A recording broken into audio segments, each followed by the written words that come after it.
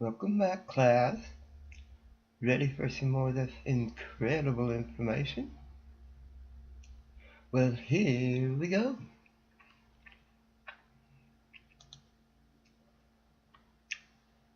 Microorganisms are the primary cause of foodborne illness. Hey, you guys are going to have to go have fun somewhere else. Sorry. Microorganisms are the primary cause of foodborne illness and are identified by basic, can't say animal type because they're not all animals. Bacteria, viruses, mold, yeast, and parasites. Bacteria can cause foodborne illness or food spoilage. For example, mold is a spoilage microorganism. When something living, being an animal or a plant, consumes resources to be born and grow, whether they're minerals or organic substances, once that organism dies, everything must be recycled so that new growth has those organic compounds and minerals. Mold and bacteria are the primary sources of this, and if that did not happen, all life as we know it on Earth would crawl to a halt in a few days. It has to be broken down to its constituent parts to be reused. Shigella is a disease-causing microorganism. We will go much more into that later. Most bacteria are good for us, even essential for our life and for the life of all living things, plant and animal kingdom. For example, their presence in our digestive tract breaks down body waste. It does more than that. It aids in identifying what needs to be destroyed, so it can be tagged and destroyed by the immune system. I think there's over 400 types of bacteria in your intestines, and if they went on vacation, so would you. Some molds are used to make antibiotic, penicillin, and other things. And they're utilized in the ripening of cheese. Yeasts are used for bread and beer fermentation. Thank God someone figured that out.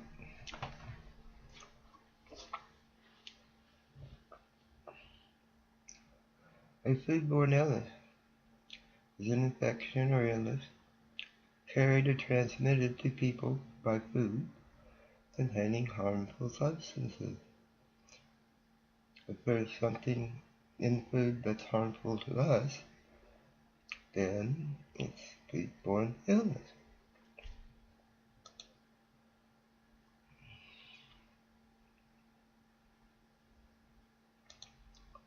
Types of foodborne illness, different categories, the way this happens. Foodborne infection is caused by eating food contaminated with the microorganism, and once in the body, the organism continues to reproduce, which is what organisms do, and causes illness in that process. Bacterial infection, examples, salmonellosis, which is caused by salmonella, and listeriosis, caused by listeria, once it enters the bloodstream. Viruses include hepatitis A, noroviruses. Whether a virus is alive or not depends on your definition. More on viruses later. Parasites include trichinella and anisakis.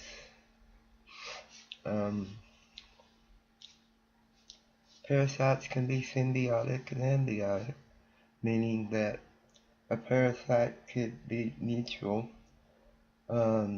which that happens a lot, or non-mutual, just for its benefit and harmful to the other organism.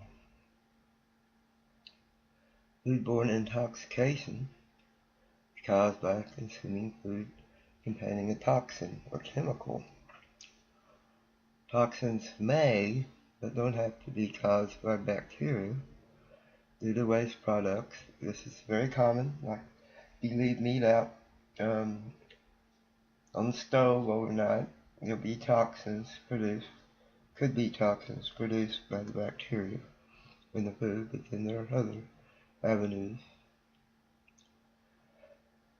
Clostridium botulism, or Staphylococcus aureus, are examples of foodborne illness intoxications. Toxins are natural to some plants, such as mushrooms. Seafood toxins include scrumboid and ciguatera. Chemicals and poisons, such as cleaning compounds, pesticides, sanitizers, and metals also cause intoxication, so bacteria is only a source. Toxin-mediated infection, the result of eating food containing harmful microorganisms that produce toxins while in the intestinal tract. Viruses and parasites do not cause toxin-mediated. Bacteria such as Shigella and Shigella producing E. coli do cause toxin-mediated infection.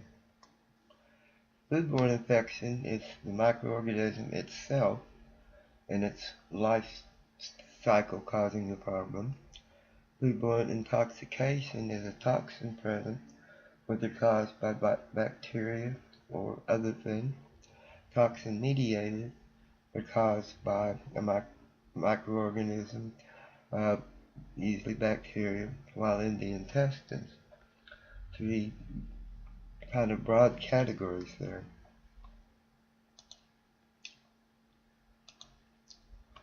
Foodborne disease outbreak.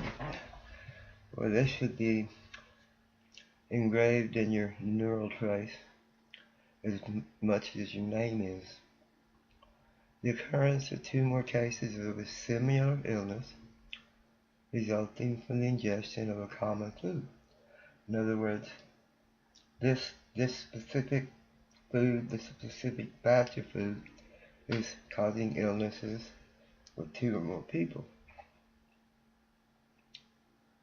Bacteria have an incubation period. We scientists are now convinced that bacteria, little one-cell animals, nucleus, mitochondria, cell membrane, can communicate with each other better than humans can. Why is this? Well, when bacteria communicate what's going on in a very distinct, misunderstandable, easily transmissible method. Everyone knows exactly what's going on and it takes no time to do it, whereas humans, going through the process of explaining and all kinds of stuff, there's no telling if it gets understood or not. With bacteria, there's no chance of all this mess happening. The incubation period, bacteria know when there's enough of them to get the job done. And they'll sit there and do nothing but grow. And when they recognize there's enough of them, the word gets out and off they go. When bacteria are growing, it's logarithmic phase, logarithmic growth, meaning times 10 times 10. And then as they're adjusting to their new atmosphere, consuming resources, and when it reaches the point that their numbers strain the growth area and resources, then as many of them are dying as they're being born, which is the stationary phase. And as the process of not having resources or places to live continue, then it begins to die. Food hazards is anything that can cause an unacceptable health risk by illness or injury to a consumer, or, well, until the FSMA came around anyway, biological, chemical, and physical. In there or more. Just, I would say, the main ones under our control and concern. When safe foods are exposed to hazards, contamination occurs. Contamination is the presence of harmful substances or organisms in food. Of the three hazards, it is biological hazard that causes the majority of the foodborne illness.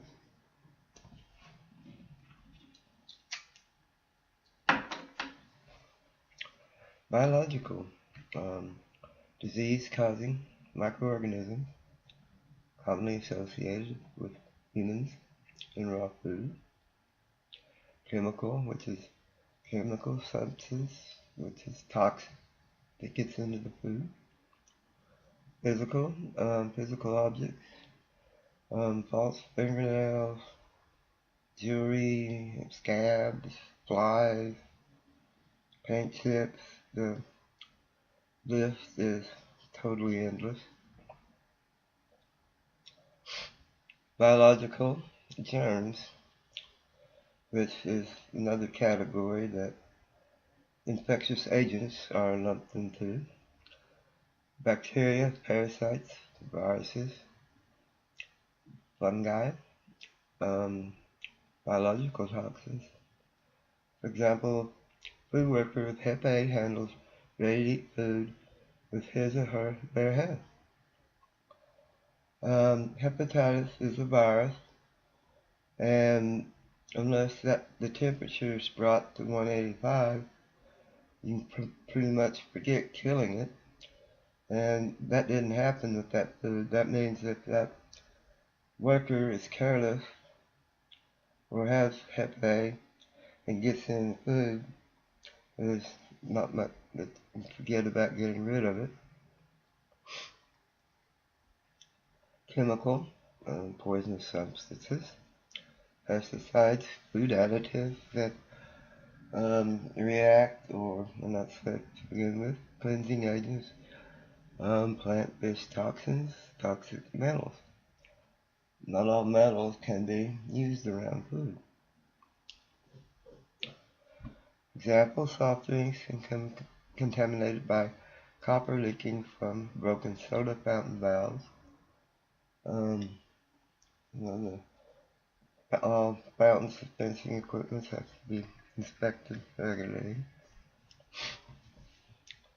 Physical, hard or soft objects in food often causing immediate injury. Broken glass, duh, jewelry. Marge, I just think I swallowed someone's ring. You did? Well, was it worth much? Band-aids, that's why most band-aids in food establishments are brilliant blue color to help point them out. Staples, which come from numerous sources. Fingernails.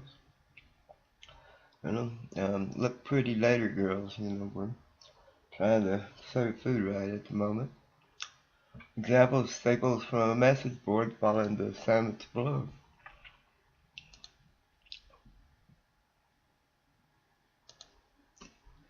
Examples of time. This is so much fun. Examples of time temperature control for safety foods, TCS, include raw and most cooked meat, poultry, seafood. Well known, most milk and dairy products, pretty much well known. Eggs with most dishes made with them, that's pretty well known. cooked vegetables and pasta, raw seed sprouts because they're not processed and usually organic farm. You can forget even bringing them in one of my houses. Cut melons, cut leafy greens, cooked vegetables and pasta, cut melons and cut leafy greens. Here's the thing.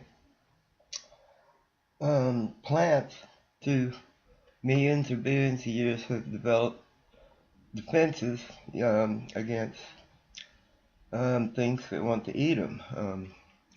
Plants can't jump up and run when a predator approaches like animals can, so they have to come up with another way. For example, if a caterpillar is eating a corn plant, the corn plant saying, "Oh no, this isn't going to happen," emits a pheromone which attracts wasps. The wasp will lay its eggs in the caterpillar.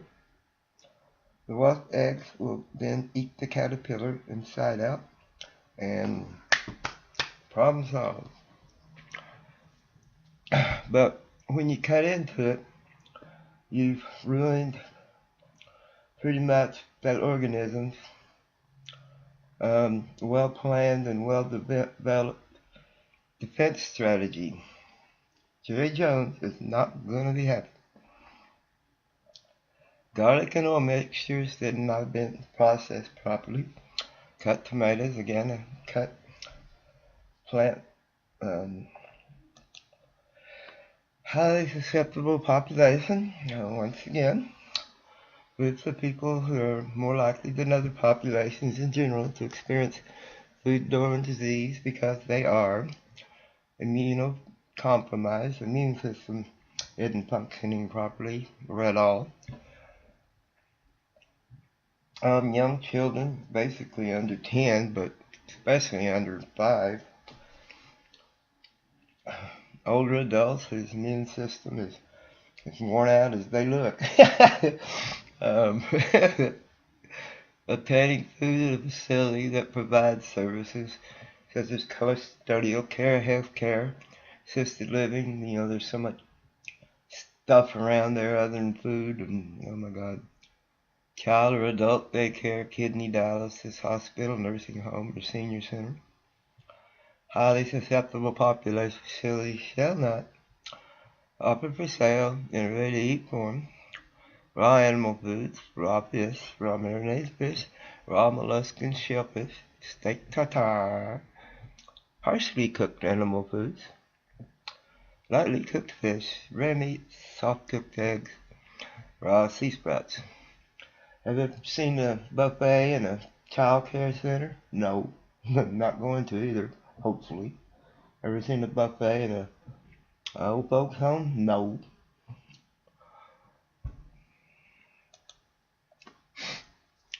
Most bacteria, actually, pretty, go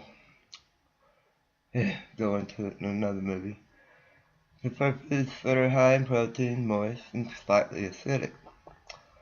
pH.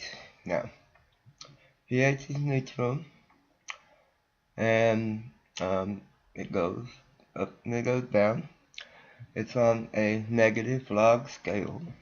What that means, when you go from pH 7 to pH 6, it's times 10 of the number of hydrogen ions in the substance.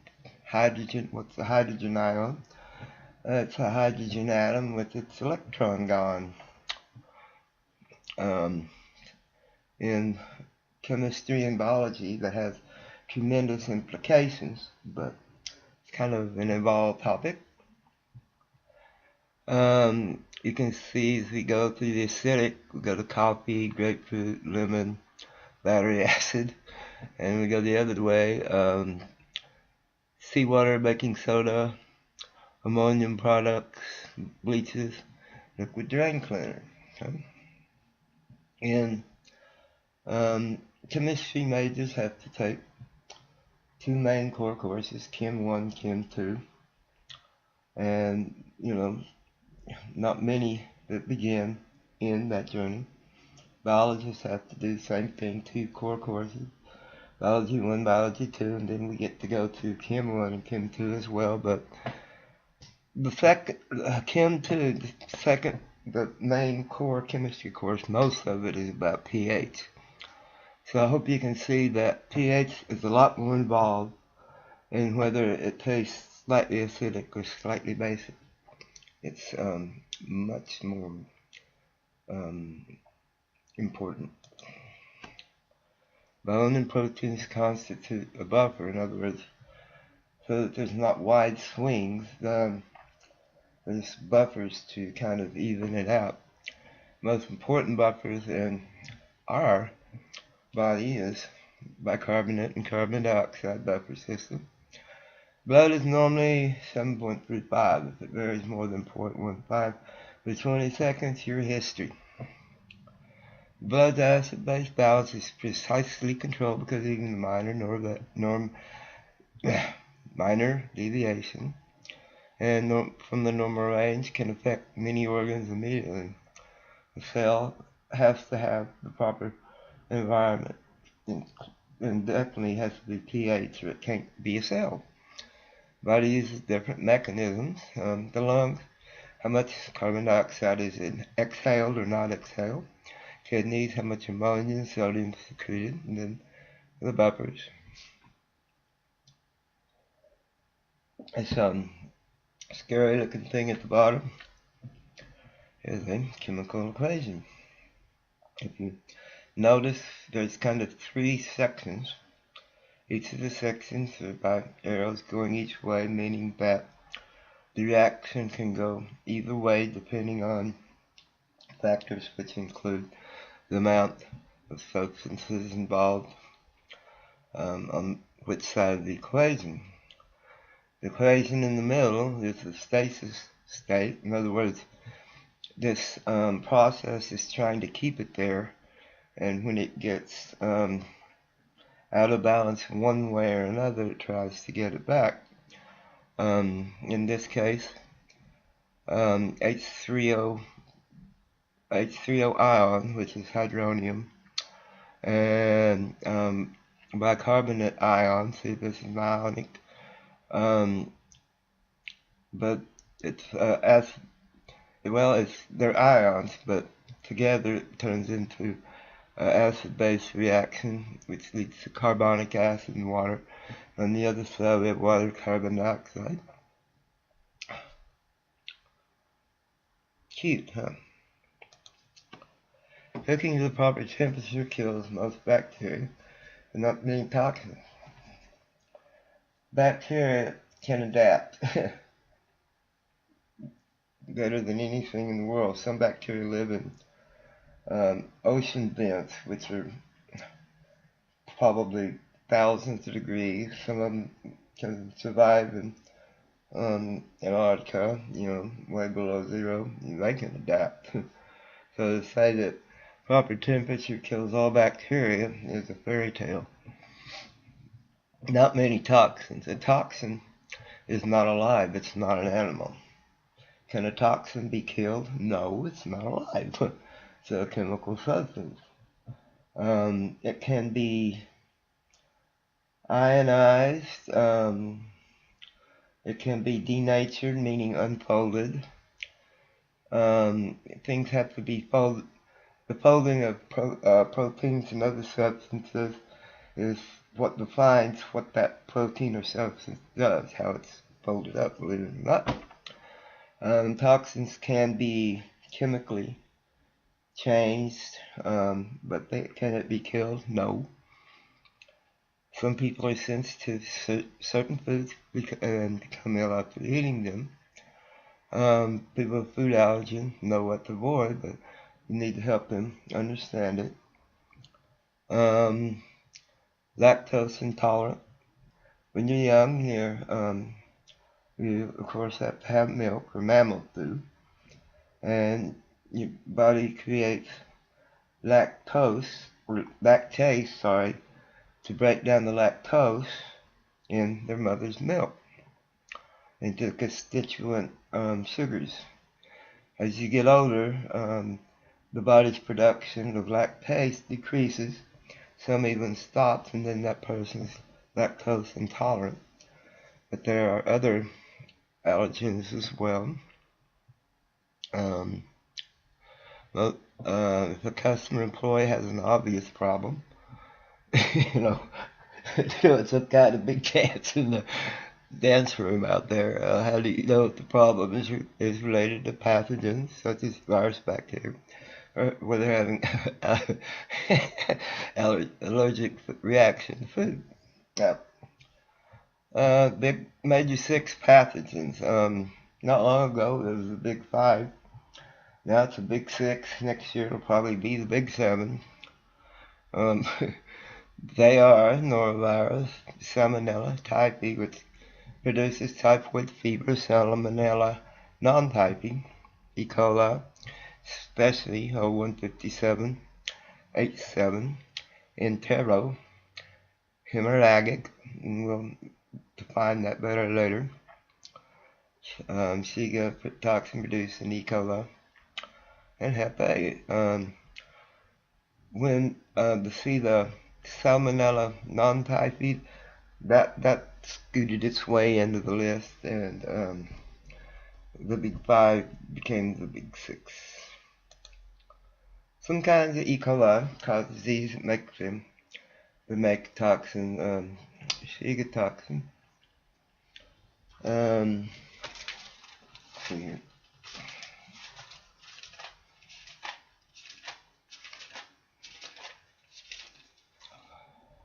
Well, I'm going to go into this in another video, because that's not what I'm trying to point out. What I'm trying to point out is the common symptoms of pathogens and common systems of food allergies. Okay, is it a pathogenic problem, meaning foodborne illness, or is it a food allergy problem? Whether you know, all employees should be able to recognize it, and managers have to really be able to recognize it to be able to effectively deal with the problem. Main cause pathogens: diarrhea, vomiting, jaundice, Hep A. But the diarrhea and vomiting, someone vomits in your dining room, or experience somehow noticeable intestinal issues. Whereas with food allergens, you'll normally see hives, flushed skin, rashes, tingling sensations in the mouth, face, tongue, lip swelling, which would include vomiting or diarrhea, but then there'll be other clues that what's going on is a foodborne food allergy. Could include abdominal cramps, coughing or wheezing, lightheadedness, swelling of the throat, I can't breathe, stuff like that. The symptoms are different, but you have to be able to recognize them. It is important to know whether customers have foodborne illness or foodborne allergy reaction. Excuse me. If the problem is food allergy reaction, only that customer is affected, and they have to be focused on. If there are symptoms of a possible pathogenic infection, you just have to assume that's what it is, and you can't sit there wondering, well, is it? It isn't. You have to fly in there like it is. The whole restaurant, in this case, the restaurant, everyone in it, including you, are at risk, and very different actions need to be taken. If you see any of these symptoms, notify management, everyone else immediately. I remember there was a restaurant, customer threw up, everyone went, oh gross. They cleaned it up, everyone went back to eating, okay? Within an hour, 62 people surrounding that person were in the hospital, and 10 ultimately died. Welcome to the world of norovirus. Spreads easily when someone throws up or has diarrhea in the bathroom. It'll be airborne like the Wright brothers. Norovirus is unique and only takes 6 usually to infect a person. Usually it takes a whole lot more. Someone throws up in your restaurant, up chucks, up chuck. You must consider it a pathogenic infection.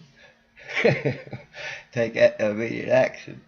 Everyone that is possible must help. You can serve that food later, but you know you gotta wait a minute until we get this under control. When someone throws up in your restaurant, waiters need to quit what they're doing and go reseat the people in the tables surrounding that person as quickly and effective as possible. One or more employees needs to don face mask and gloves, and I mean face mask and gloves, not just gloves, because if someone threw up, it's airborne, and it's without a face mask. I mean, if you don't have a face mask, get it. So, donning face mask and gloves, maybe a very fast shot of tequila, goes and thoroughly cleans it up. Then, your readily available Lysol the shit out of the area. And if at all possible, which it should be, turn off the circulating equipment so then, it's in the air. Let's not circulate the air everywhere. Okay?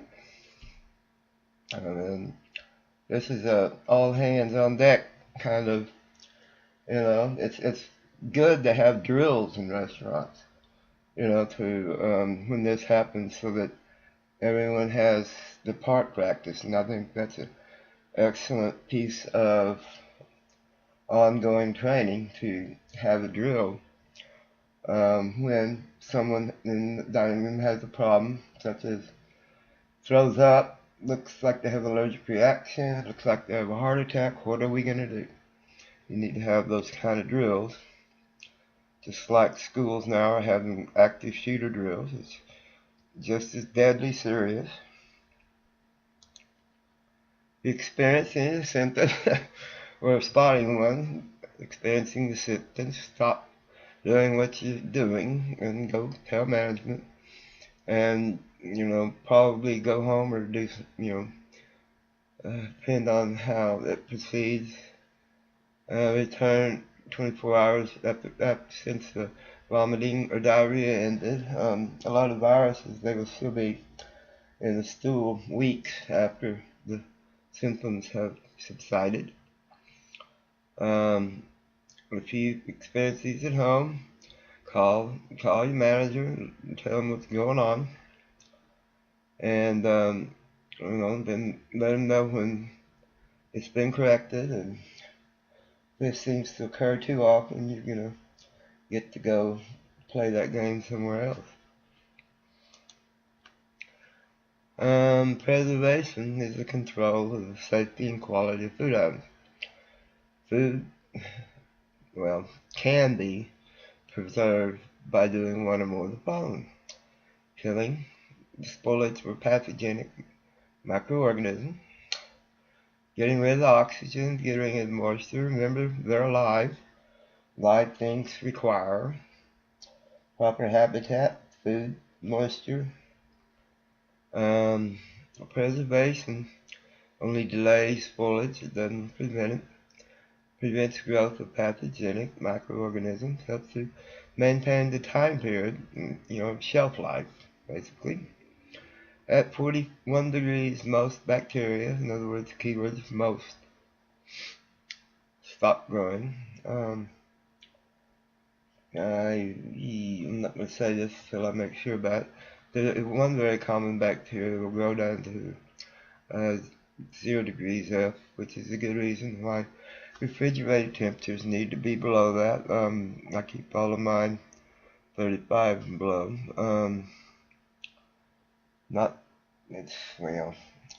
Maybe a little better if eggs are a little warmer than that, but anyway. Look what we have here. E. coli versus temperature. I couldn't even find a chart in Fahrenheit because we scientists always use centigrade, grams, meters. This is, I'm showing you a chart of 10 different strains of E. coli and their growth on the Y scale, temperature on the X scale. Now notice at 45 degrees C, which is 113 degrees, growing is over for E. coli. Oh, 113 degrees. Well then why, Lisa, do we have to cook hamburgers to 155 when all the E. coli dies at 113? And the reason is that hamburgers are a non-homogeneous substance. It means it's not made of the same material, it's clumpy, it's got all kinds of stuff in it. And heat is transferred very unpredictably in non-homogeneous substances that contain organic material, not other kinds of material. So, even if most of it's at 113, there's going to be a lot of it that's still in, which is why we cook it to 155, which will pretty much ensure that it's at least 113 everywhere within it. Got it? Good. Okay, now let's look at Mr. and Miss Salmonella and see what's going on in their world.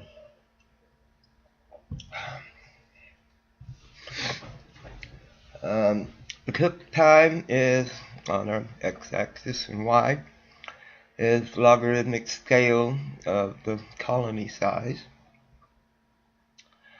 The line drawn closest to the y-axis is 160 degrees F for 5 seconds. Now you'll notice that within, 5 seconds, the colony's basically log gone. Okay. At 150 degrees, it takes 51 seconds to get it basically gone. At 145 degrees, at 140, it takes 8 minutes. Now, as a theoretical, just theoretical, this should never happen. Due to the shelf life of scrambled eggs, eggs are placed in a buffet at 135. Well, keep your fingers crossed for 10 minutes, but then all viable salmonella will be gone. Just below refrigeration is chilling. Chilled out foods are often used not because they're cool, but as a preservative of meat qualities. Freezing is achieved by turning water from liquid into solid. The amount of heat required to take water from 33 degrees to 34 degrees is, say, X amount. I can't remember, exactly how much it is. But to take it from 33 to 32 degrees and freeze it will require 10 times the amount of energy to do that than it does to go temperature to temperature in a liquid or vapor. And what that does is it crystallizes. When it freezes, it crystallizes the water, and it's no longer available to organisms for their use. When foods are frozen rapidly, the crystals that make up the newly solidified water are small. Rapid freezing is preferred because it makes for best quality. Michelangelo's, we stuck food into these little crates. It's like, like going out of style, and it would go through these huge blast freezers.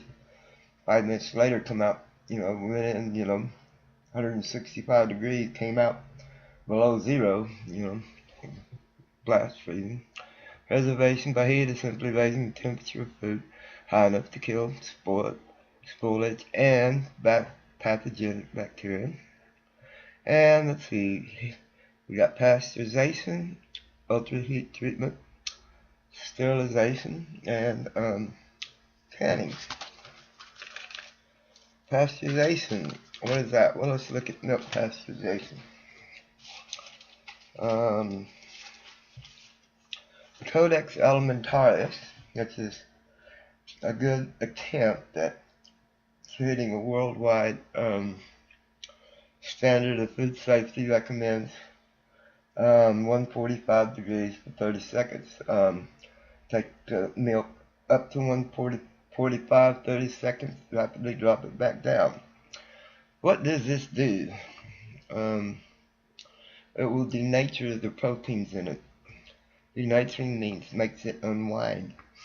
When proteins form, they form in strings and then they fold into a certain shape. And that shape is definitive of that protein and what that protein does. You can tell what it is by looking at its shape. But the pasteurization will denature it, the proteins, and they won't be excuse me, actively able to do things that you don't want them to do. Ultra heat treatment just raises it to a higher temperature. Milk that's been pasteurized has a shelf life of 2 to 3 weeks. If ultra heat treatment was used, the shelf life of milk would be 2 to 3 months. And then there are sterilization and canning. This can preserve food as well.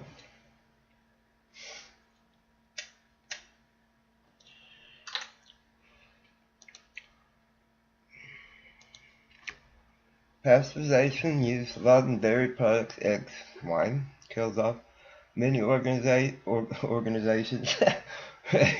Well, to them, I guess they're an organisms, mainly by denaturing the proteins. But after pasteurization, foods, of course, must still be preserved by other means, because there's other things going on, such as refrigeration. Pasteurization techniques involve heating foods to mild temperatures, mild in this case, meaning actually below boiling.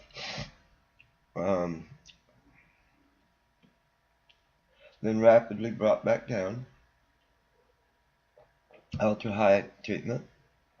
Foods are done to a much higher temperature. Sterilization is done to the temperature which will destroy all viable organisms within that substance. Food often loses quality through that high of a temperature, so sometimes they use ohmic heating, which means the heat's not supplied by convection but by electric current.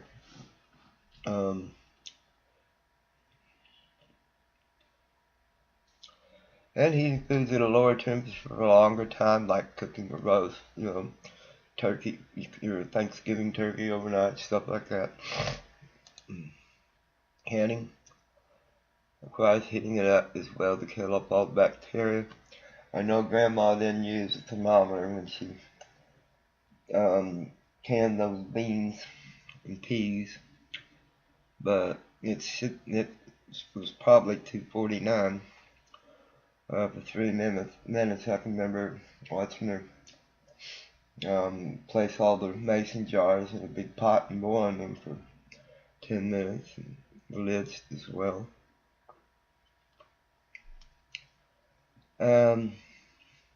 Dehydrating foods, take away the water, it can't live, neither can you.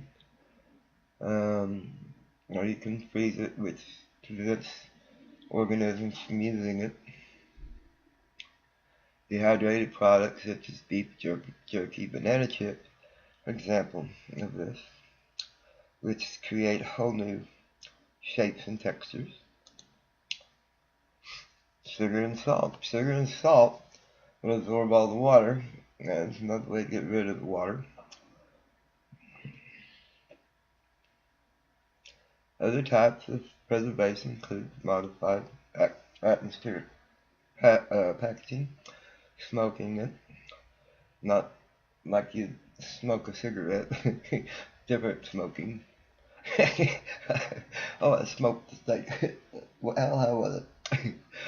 And through irradiation, Radiation ionizes things. In other words, it takes away electrons or adds electrons through the use of gamma rays and other ionizing means without direct contact.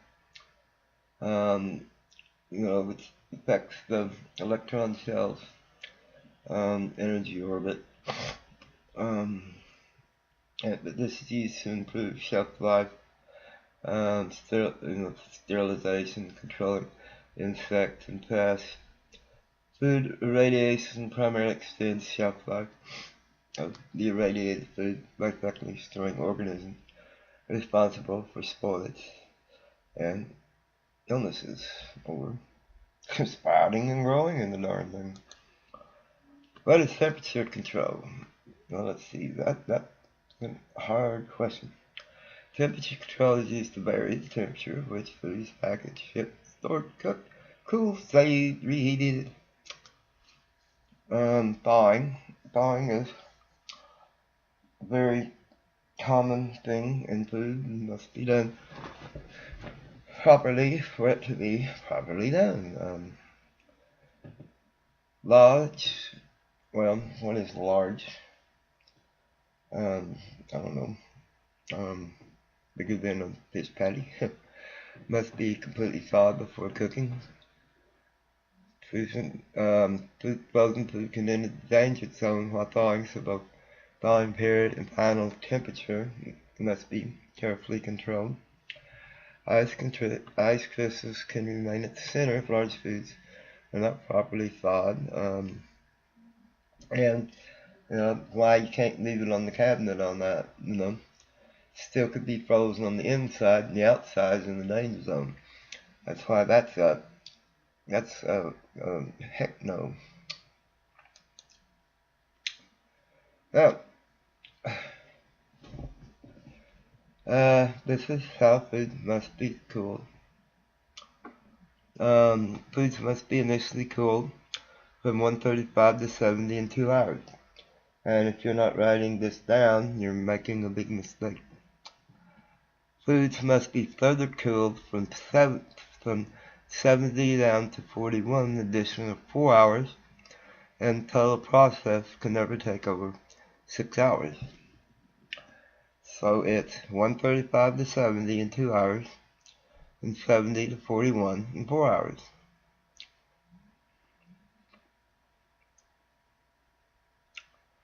Let's see, in a microwave oven, the food will be cooked immediately after. It can be thawed in a microwave if it will be used in something else later, but it's not the preferred method when it's to be thawed and cooked by itself. And thus saith the Lord, thou shalt do this correctly. Best way to do it is leave it in the refrigerator overnight, and it will be properly thawed because none of it gets above 41 degrees. You can submerge it under running water, which is below 70 degrees, sufficient flow to agitate the loose particles. I never use this except in emergencies. Plan ahead and put it in the refrigerator. Here we go. Of course, it's unsafe to thaw ordinary foods at room temperature. Cooking. All cooking must be done properly, as specified, described in TFPR and other manuals, FDA food code. Food must be hot long enough. What does that mean? Well, usually when it says hamburgers must be cooked at 155, that means that the internal temperature of that patty needs to be 155 degrees for 15 seconds. You're going to hear that 15 seconds a lot throughout this course. And it's good to develop a means to know 15 seconds. It's very common. Oh, you remembering something? Scrub hands 15 seconds.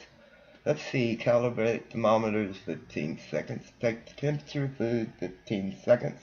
When cooking food, keep it at that temperature 15 seconds. The old school way is to sing happy birthday. Happy birthday to you, happy birthday to you, happy birthday dear Lisa, happy birthday to you. And when you get through that little jingle, it would have been 15 seconds, and hopefully you're in a little better mood now. Oh, goody, it's my birthday. Cooking large pot roasts, big birds, best to cut them in smaller portions, but you got to cook the whole darn thing, lower temperature, a long period of time. Things need to be stirred, and once again, the heat convection within the food is an issue, whether it gets to each and every all parts or not. Using the microwave, they usually go around and around for a good reason. And, you can cook it for 3 minutes, stop it in the middle, stir it, and keep going. Of course, another thing that must be done as detailed in the TFR. Internal cooking temperatures, this means being held there for 15 seconds, normally between 130 and 90. Let's see, depends on the type of food, the recipe, the workplace, food code, local requirements, all kinds of stuff going on here. And there will be charts. We'll see some of them a little later, which give correct temperatures and times. Consumers must be informed of the increased risk. You're doing something dangerous if you consume undercooked foods, not properly cooked foods. It can be put in brochures, advisories on delicacies menus. Usually it's asterisk on the food on the menu, allergens, and if you order a raw steak and you get sick, don't come to me and complain. Disclosure shall include a description of the animal-derived food. We got to know what we're talking about here, or else you're on a half shell. Caesar salad using raw eggs. Hamburger steak cooked to order, raw, medium rare. And identification of the animal-derived foods and allergens, and the risk associated with that food prepared and served in that manner. The reminder needs regarding the safety of these items, written information, more information is available on request, and that means have it around somewhere. Consuming raw and meats, poultry, seafood, shellfish, eggs can increase your risk because it wasn't cooked to the best temperature. Consuming raw or undercooked meats, poultry, seafood, eggs may increase your risk, especially if you have certain medical conditions. Seafood freshness tips when you get it, when it's laying around and you're cooking it. The fish's little eyes should be clear and bulge. Only a few fish, such as walleye, have naturally cloudy eyes. Fresh, whole fish should also have bright red gills that aren't all slimy. Whole fish and fillets should be firm and fleshy skin. It should bounce back when you touch it. And there should be no darkening around the edges of the fish or joints, brownish or yellowish looking discoloration. Says something's wrong. Cooling. Here again, you've seen this before. 135 to 70 in 2 hours, and 70 to 41 in 4 hours. High proportion of foodborne illness caused by poor cooling. Technically, when cooked food is cooled too slowly, bacteria are allowed. You give them you give them an inch, they'll take a mile, basically. However, a big culprit is people's perception. If it's cooked somehow, it must be safe to eat. Well, no. Foods are only time temperature control for safety foods prior to cooking. Well, no.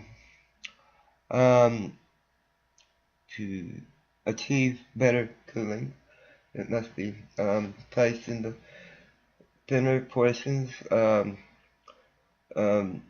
soups and shallow inserts 2 to 3 inches deep, and the amount of cooling will also depend on what you're cooling it in.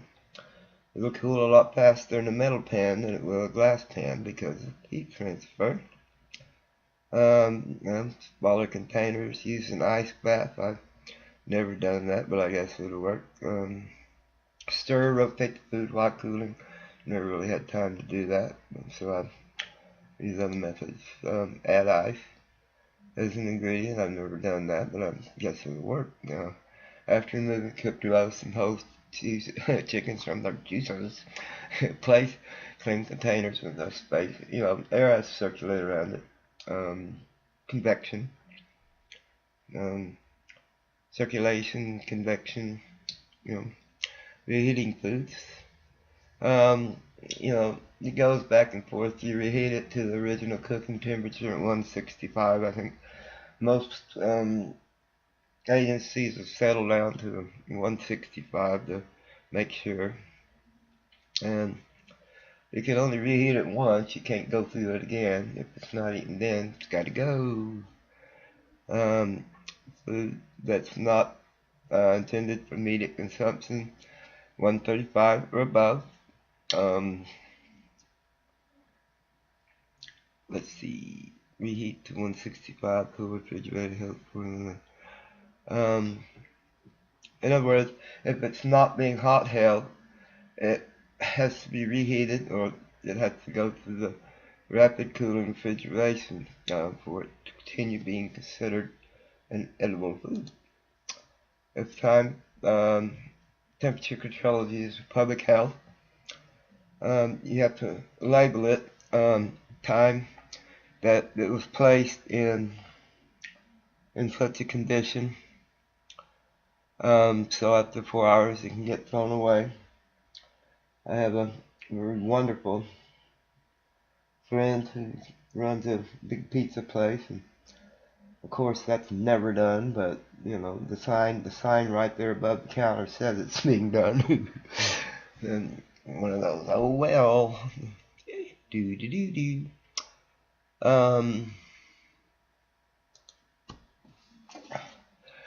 Food in unmarked containers. If you don't know what it is, well, got throw it away. Written procedures maintained, made available to the regulatory authority upon request to ensure compliance with the requirements of food that had how you prepare it, cook it, refrigerate it. If they ask you, well, how do you do this? Oh, I don't know. No, not a good answer. Some things can remain unrefrigerated or be removed from hot holding for up to 4 hours. 4 hours, gotta go. Unsliced parts of meat roast properly cooked as required by the food code may be reheated if the required minimum time and temperature conditions and the oven restrictions are, I think guessing that means areas around it, maybe. Not real sure about that statement there.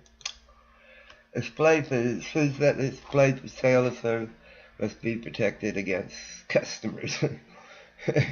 They're the enemy of your uncontaminated food. Packaged food must be securely wrapped, labeled. Must be covered by lids, snot guards up in front of it. And self-service areas, utensils must be available, so customers do not touch the stuff. Utensils are replaced regularly with clean ones. I mean, it's got to at least look clean. Well, it has to be clean, but if it doesn't look clean, that's why bother? No one's going to eat anything there. Um, Utensils. Let's see, only place utensils non-TCS foods to handle above the top of the food. Well, such as salad dressing. Um, in running water, properly clean and sanitize food preparation areas um, or cooking equipment. The danger zone. Let's see it. Have y'all heard that one before? 41 to 135. But the only way to know if it's there or not is with a thermometer. Temperature abuse. Oh my gosh. Could be arrested and thrown in jail. Many cases of foodborne illness are linked to temperature abuse, which occurs when time temperature control for safety foods are in the danger zone for an unsafe period of time. Most significant problems for temperature abuse are improper cooling, preparing something too far ahead, improper hot holding, and proper reheating. You can see how each of those could lead to this issue. Ensuring proper temperature control. Food safety managers must take care to ensure that the combined principles, time, temperature, diligently applied to every process, transportation, receipt, storage, preparation, thawing, cooking, cooling. But my goodness, many things we do just to get it on the table. Food service employees need to be aware of, among many other things, occasion when temperature abuse could occur. I mean, what usually leads to it. Time limits that things can be out, like if you take something out of the walk-in to do something to it, it's got to be back in there in less than 2 hours. And